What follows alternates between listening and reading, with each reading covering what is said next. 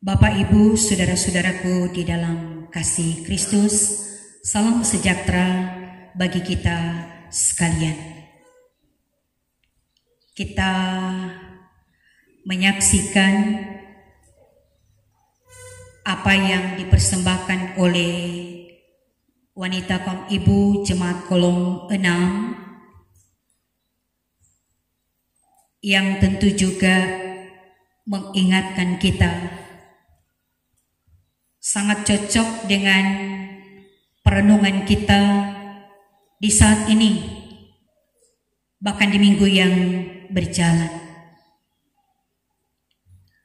Memang saudaraku, ada ungkapan yang mengatakan dunia semakin tua. Dari dulu memang kita melihat ya kejadian-kejadian yang di luar batas kemanusiaan, tapi itu masih di jauh. Tapi seiring waktu, dengan keadaan yang sedang dan sementara kita nikmati saat ini, orang bisa bilang so dekat dengan kehidupan kita. Pujian tadi memang membuka hati kita. Zaman sekarang berjagalah, lihat dunia bergelora, kedengaran sini sana banyak kabar menggemparkan.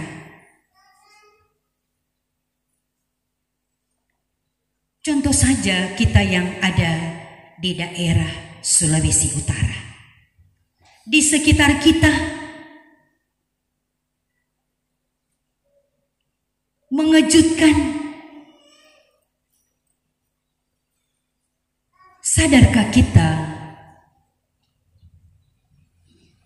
kita diingatkan, memang benar dari dulu sampai sekarang Tuhan soalnya tidak lama mau datang.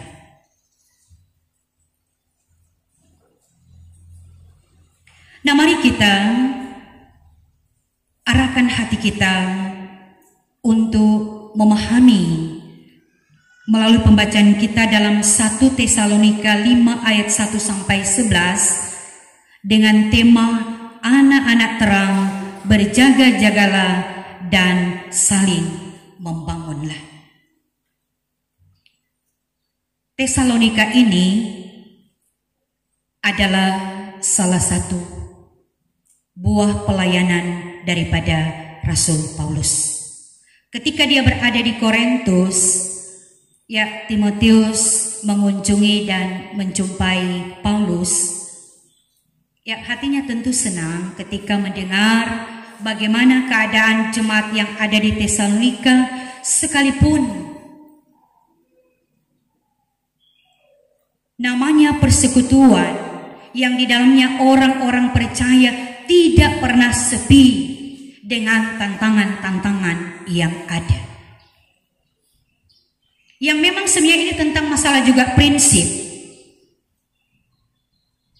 Tetapi bagi Paulus tidak meragukan akan keberimanan daripada orang-orang percaya, orang-orang Kristen yang memang banyak non-Yahudi.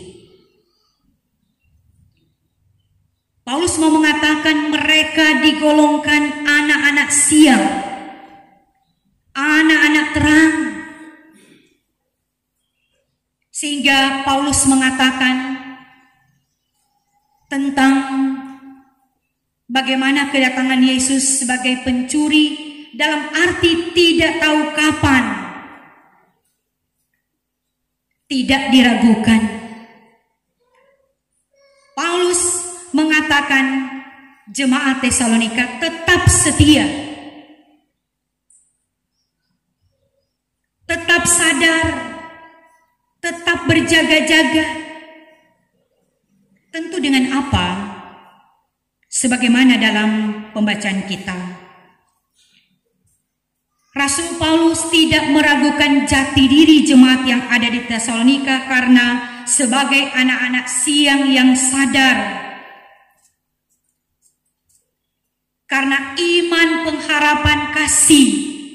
Bahkan juga Paulus, dia mengambil contoh sebagai seorang prajurit Romawi di medan perang. Kita diingatkan juga bagaimana Paulus mengingatkan jemaat yang ada di Efesus perlengkapan senjata rohani. Berbaju sirakan iman, berketopongkan pengharapan. Ini ibarat orang percaya dilengkapi dengan senjata-senjata perang yang itu menjadi pelindung, sehingga apapun serangan yang ada di hadapan mereka tidak akan mengubah kesetiaan, ketekunan. Mereka tetap berjaga-jaga, dalam arti menjaga iman mereka. Sekalipun di tengah situasi yang tidak aman. Bahkan pun di samping mereka menampakkan bagaimana sebagai anak-anak siang mereka memiliki iman, pengharapan, dan kasih, mereka juga mampu wujudkan. Di samping mereka berjaga-jaga, yang mana mereka berjaga-jaga tentang jati diri, iman, pengharapan, dan kasih kepada Tuhan sampai Tuhan datang. Di sementara mereka berjaga-jaga, mereka tetap menguasai diri, mereka tetap sadar, sambil juga saling membangun, saling menasihati dengan kasih, bukan menegur atau mendidik dengan kebencian atau dengan kepura-puraan. Makanya bagi Paulus sangat bahagia ketika mendengar kabar dari Timotius, kesetiaan iman dan orang-orang Kristen memiliki senjata pelindung sehingga tidak mudah lagi tipu muslihat, tipu daya mengalahkan. Tapi mereka tetap berbeda tampil di tengah-tengah kehidupan orang-orang yang ada di sekitar mereka. Saudara-saudaraku yang kekasih di dalam Tuhan, kita pun yang ada saat ini, memang setiap hari kita melihat perubahan itu selalu ada. Tapi tidak lepas juga peristiwa-peristiwa kehidupan yang seolah-olah menunjukkan bagaimana kehidupan orang-orang gelap. Kriminal bukan semakin menurun, tetapi semakin meningkat. Terjadinya pembunuhan jangan jauh-jauh di daerah kita. Mungkin hampir setiap saat kita mendengar kabar yang sangat menyedihkan. Itu menunjuk tentang keluarga-keluarga Kristen, baik bapak, ibu, dan anak-anak, sama tidak takut lagi melakukan kejahatan yang mendatangkan dosa. Seolah itu adalah hal yang biasa. Apalagi juga sering waktu kita sementara juga menikmati kemajuan di bidang digital, tanpa juga memang kita sadar itu sangat mempengaruhi yang pertama dalam kehidupan keluarga. Ketika alat atau media ini disalahgunakan, apakah itu tidak berdampak? Berdampak negatif yang memang sangat menghancurkan persekutuan keluarga. Nah, inilah kenyataan yang sedang terjadi, yang mana ini menunjukkan bagaimana kehidupan kita yang dikatakan sebagai orang percaya. Sangat jelas saudaraku, bagaimana kehidupan orang-orang Kristen yang ada di Tesalonika. Anak-anak siang memang harus menunjukkan jati diri, harus menguasai diri. Memang tidak gampang, karena mempertahankan iman, tetap bertekun. Tapi karena menyadari telah dipulihkan, hidup karena anugerah Tuhan, karena keselamatan, sehingga tetap mempertahankan bagaimana kehidupan anak-anak siang yang tentu hidup melakukan kehendak Tuhan. Nah, bagaimana dengan kita yang ada sekarang ini? Kita memang sedang digemparkan dengan kejadian-kejadian yang memang itu kata firman, ini baru permulaan. Meletusnya gunung, kasih menjadi tawar, itu sudah mulai nampak. Ini baru permulaan, tetapi kita melihat kejadian-kejadian yang di luar batas kemanusiaan. Karena kalau kita kembali pada firman, bagaimana kehidupan anak-anak terang memang harus berbeda.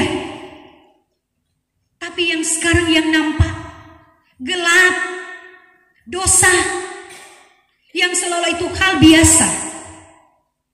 Kejahatan dibalas dengan kejahatan. Adanya kepalsuan, adanya kepura-puraan. Apakah ini menunjukkan hidup dalam anugerah Tuhan, mau hidup dalam keselamatan?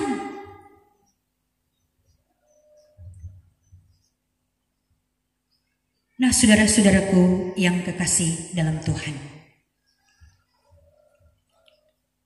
mari kita menyadari kita ini adalah anak-anak terang.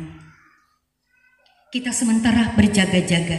Kita bukan berjaga kepunyaan, kepemilikan. Kita berjaga-jaga iman kita, agar sampai Tuhan datang, kita tetap bertekun didapati. Kita bukan berjaga-jaga tentang materi kita, tentang kedudukan kita. Bukan, itu tinggal mengiringi. Tapi apakah kita tetap mempertahankan atau semakin kita kuat? Karena kalau kita tidak memiliki iman, pengharapan, dan kasih, mana mungkin kita bisa mengalahkan si jahat? Mana mungkin kita bisa berdiri kokoh? Yang terjadi sekarang, orang ingin hidup pada zona aman, tidak peduli dengan keadaan yang ada di sekitar. Nah, apalagi kalau menasehati. Ini contoh dari jemaat yang ada di Tesalonika. Anak-anak siang, tapi mereka menasehati, membangun karena kasih. Nah, kalau kita yang ada saat ini bagaimana? Kita ini, saudaraku, adalah anak-anak terang, anak-anak siang yang tetap sadar, berjaga-jaga, tapi juga mampu menguasai diri. Karena cara tipu daya daripada iblis itu ada.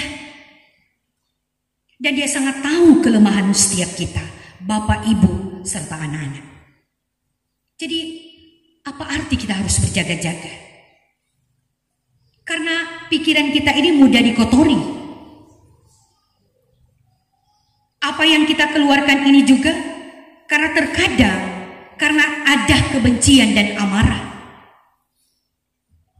Belum lagi tindakan-tindakan yang begitu mudah kita nampakkan sekalipun itu sudah menyakiti dan melukai.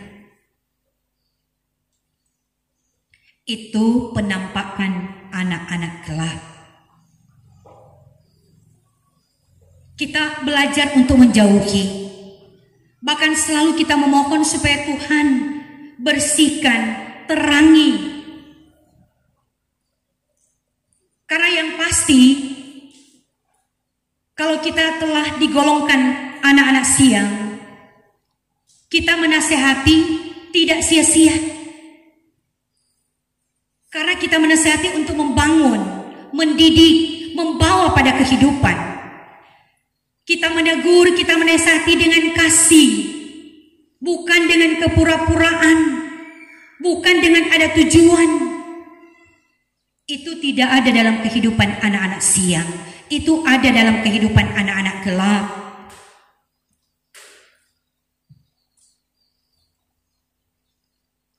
Jadi kekuatan kita hanya berlindung pada Tuhan. Melalui apa? Bukan hanya mengatakan Tuhan saya setia, Tuhan saya percaya. Kalau kita kurang berdoa, kalau kita kurang membaca firman, kita mudah pasti akan dikotori. Setiap kita yang telah mengalami perubahan dari hari ke hari karena firman, tidak ada yang bisa merubah kita selain firman. Karena kalau kita sudah membaca firman ini berulang-ulang kali, totalitas hidup kita dijawab oleh firman Tuhan.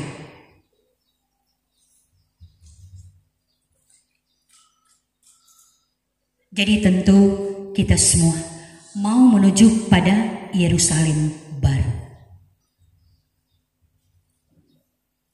Maka intinya di sini, jati diri sebagai anak-anak siang. Hidup melakukan kehendak Tuhan, mematikan kedagingan, menjauhi kegelapan dosa. Kiranya firman ini menuntun kita sambil kita siaga terus berjaga-jaga. Tuhan sonya ndak lama mau datang. Dia nyedak mau bilang-bilang kapan. Dia seperti pencuri pada malam hari. Tidak ada ketakutan bagi anak-anak siang. Amin. Terpujilah Tuhan.